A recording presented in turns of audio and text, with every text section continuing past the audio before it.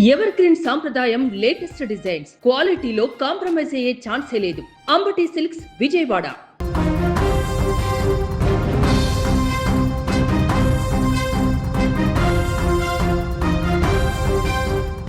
తమిళనాడు ఫలితాలలో టీవీకే అధినేత హీరో విజయ్ దుమ్ము దులుపుతున్నాడు.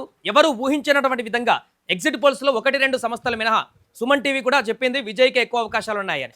మిగతా సంస్థలన్నీ కూడా ఎగ్జిట్ పోల్స్లో క్లియర్గా డిఎంకేకే ఎక్కువ ఎడ్జ్ ఇచ్చినట్టుగా కనిపించింది. కానీ ఊహించినటువంటి విధంగా పూర్తిగా ఇప్పుడు టీవీకే ప్రభంజనం కొనసాగుతుంది తమిళనాడు ఫలితాలలో. పోస్టల్ బ్యాలెట్లో అంటే ఏమో అనుకున్నాం. మొదటి రౌండ్ అయిపోయింది, రెండవ రౌండ్ అయిపోయింది.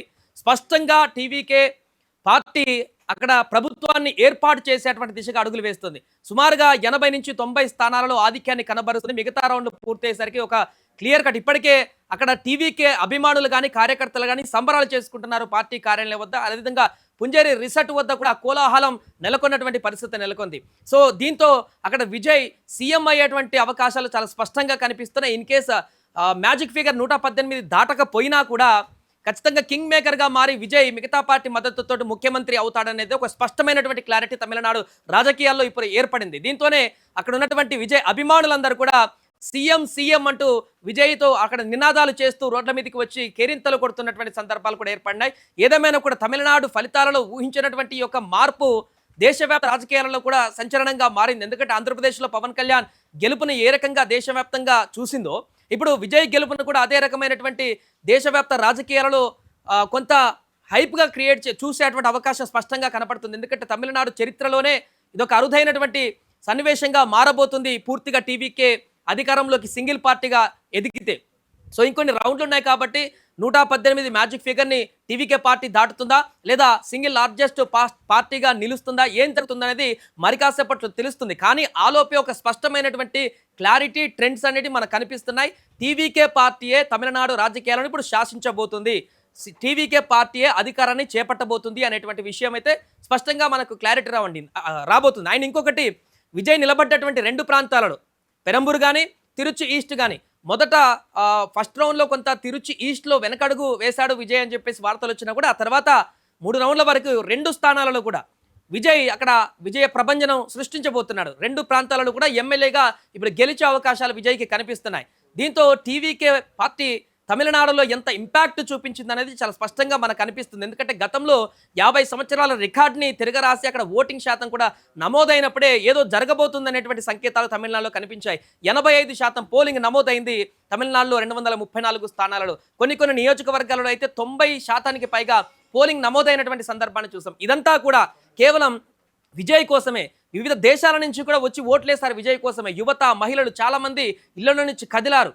గతానికి భిన్నంగా ఈసారి ఖచ్చితంగా విజయ్ని గెలిపించుకోవాలనేటువంటి ఉద్దేశంతో టీవీకే పార్టీని అధికారంలోకి తీసుకురావాలనేటువంటి ఉద్దేశంతో అక్కడ చాలామంది మహిళలు, విదేశాల్లో ఉన్నటువంటి యువకులు వారందరూ కూడా ఇండియాకు వచ్చి మరి తమిళనాడుకు వచ్చి మరి ఓట్లేసినటువంటి సందర్భం నెలకొంది.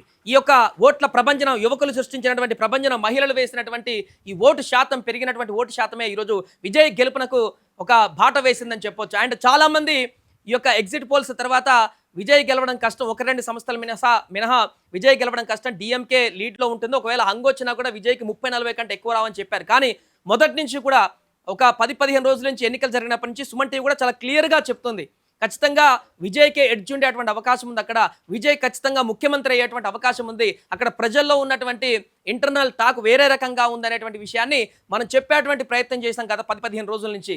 సో అదే జరగబోతుంది. ఇప్పుడు సుమన్ టీవీ చెప్పినటువంటి విషయం స్పష్టంగా ఇక్కడ మనకు ఫలితాల్లో కనబడుతుంది. టీవీకే పార్టీ విజయ ప్రభంజనం దిశగా వెళ్తున్నటువంటి సందర్భంలో తమిళనాడులో ఒక కొత్త రాజకీయ శకానికి నాంది పలకబోతున్నట్టుగా కనబడుతుంది.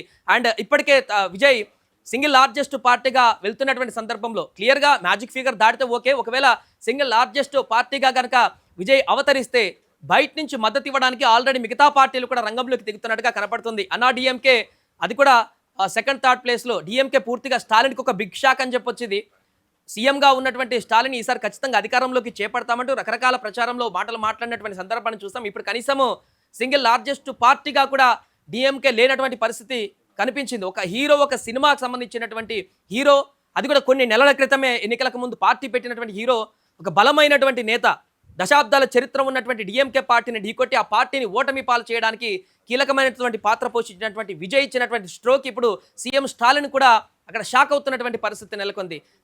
దేశవ్యాప్తంగా ఉన్నటువంటి రాజకీయ నేతలందరూ కూడా ఇప్పుడు తమిళనాడు వైపు ఆసక్తిగా చూస్తున్నటువంటి పరిస్థితి. వెస్ట్ బెంగాల్లో కూడా ఫలితాలు కొనసాగుతున్నా అక్కడ చాలా వరకు ట్రెండ్స్ అన్ని కూడా బీజేపీకి ఇచ్చా. ఇదంతా ఒక క్లారిటీగా కనిపించింది, కొంత ఉద్రిక్తతల వరకు ఓకే.